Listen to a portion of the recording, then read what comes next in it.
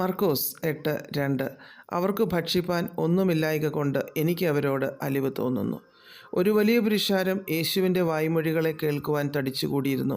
അവർ ഭക്ഷണവും വിശപ്പുമൊക്കെ മറന്ന് യേശു പറയുന്നത് കേട്ട് ആത്മാവിൽ പുഷ്ടി പ്രാപിച്ചുകൊണ്ടിരുന്നു. എന്നാൽ യേശുവിന് അവരുടെ സ്ഥിതി നന്നായി അറിയുമായിരുന്നതുകൊണ്ട് അവരോട് അലിവ് തോന്നി. ഏകദേശം 4000 പേർക്ക് 7 അപ്പവും കുറേ ചെറിയ മീനും ഉണ്ടായിരുന്നതിനെ കർത്താവ് അനുഗ്രഹിച്ചു നൽകി. കർത്താവിൻ്റെ അനുഗ്രഹം അപ്പമീനുകളുടെ മേൽ വന്നതുകൊണ്ട് അത് വർദ്ധിച്ചു. 4000 പേർ ഭക്ഷിച്ചു തൃപ്തരായി എന്ന് മാത്രമല്ല, 7 വട്ടി നിറച്ച് ബാക്കിയെടുക്കുവാനും സാധിച്ചു.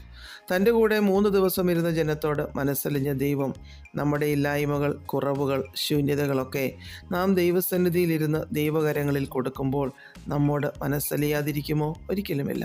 മനസ്സലിയുന്നൊരു ദൈവമാണ് നമുക്കുള്ളത്. ഒരു നന്മയും പറയാനില്ലാത്ത നമുക്ക് പരസ്പരം മനസ്സലിവ് തോന്നുന്നു എങ്കിൽ സർവശക്തനായ ദൈവത്തിന്, നമ്മുടെ സ്വർഗീയ പിതാവിന് നമ്മോട് എത്രയധികം മനസ്സലിവ് തോന്നും. മനസ്സലിഞ്ഞ് ഇതികർത്തവ്യമൂഢനായി ഇരിക്കില്ല നമ്മുടെ കർത്താവ്. എവിടെയാണോ നിറവ് വേണ്ടത്, എവിടെയാണോ ആശ്വാസം വേണ്ടത്, അത് നൽകി നമ്മെ തൃപ്തരാക്കും. മനുഷ്യർക്ക് മനസ്സലിവ് തോന്നാത്തിടത്ത് സ്വർഗീയ പിതാവ് മനസ്സലിഞ്ഞ് അനുഗ്രഹിക്കും. ലൂക്കോസ് 7:13 നയീൻ പട്ടണത്തിലെ വിധവയുടെ മകൻ്റെ മരവിച്ച ശരീരവുമായി അവർ കല്ലറയിലേക്ക് പോകുമ്പോൾ അവളോട് മനസ്സലിഞ്ഞ് അവളുടെ മകനെ ഉയർപ്പിച്ച് മാതാവിന് മടക്കിക്കൊടുത്തു യേശു. വിധവയായ സ്ത്രീ ഏകജാതനായ മകൻ കൂടി നഷ്ടപ്പെട്ടപ്പോൾ തകർന്ന ആ മാതൃ ഹൃദയത്തിൻ്റെ വിങ്ങൽ, നിലവിളി മനസ്സിലാക്കിയ യേശുവിൻ്റെ മനസ്സലിഞ്ഞു.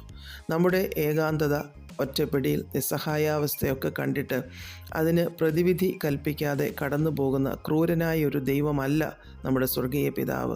എല്ലാവരെയും നന്നായി അറിയുന്ന, തൻ്റെ മക്കളുടെ ഹൃദയത്തിൻ്റെ വേദന അറിഞ്ഞ് മനസ്സലിഞ്ഞ് അവരെ വിടുവിക്കുന്ന, അവർ അനേകർക്ക് ആശ്വാസമായി തീരത്തക്കവണ്ണം അവരെ അനുഗ്രഹിക്കുന്ന, ശക്തീകരിക്കുന്നവനാണ് യേശു കർത്താവ്. മനസ്സലിവുള്ള യേശു കർത്താവിൻ്റെ കൈകളിലേക്ക് നമുക്ക് നമ്മുടെ ശൂന്യതകളെ, നിസ്സഹായാവസ്ഥകളെ നൽകാം. ജയാളികളായി കർത്താവ് നമ്മെ മുന്നോട്ട് നടത്തും. പ്രാർത്ഥിക്കാം. പ്രിയപിതാവേ, ഞങ്ങളെ മുറ്റുമായി തിരുക്കരങ്ങളിൽ തരുന്നു. ഞങ്ങളോട് മനസ്സലിഞ്ഞ് ഞങ്ങളെ വിടുവിക്കണമേ. യേശു ക്രിസ്തുവിൻ്റെ നാമത്തിൽ ആമേൻ.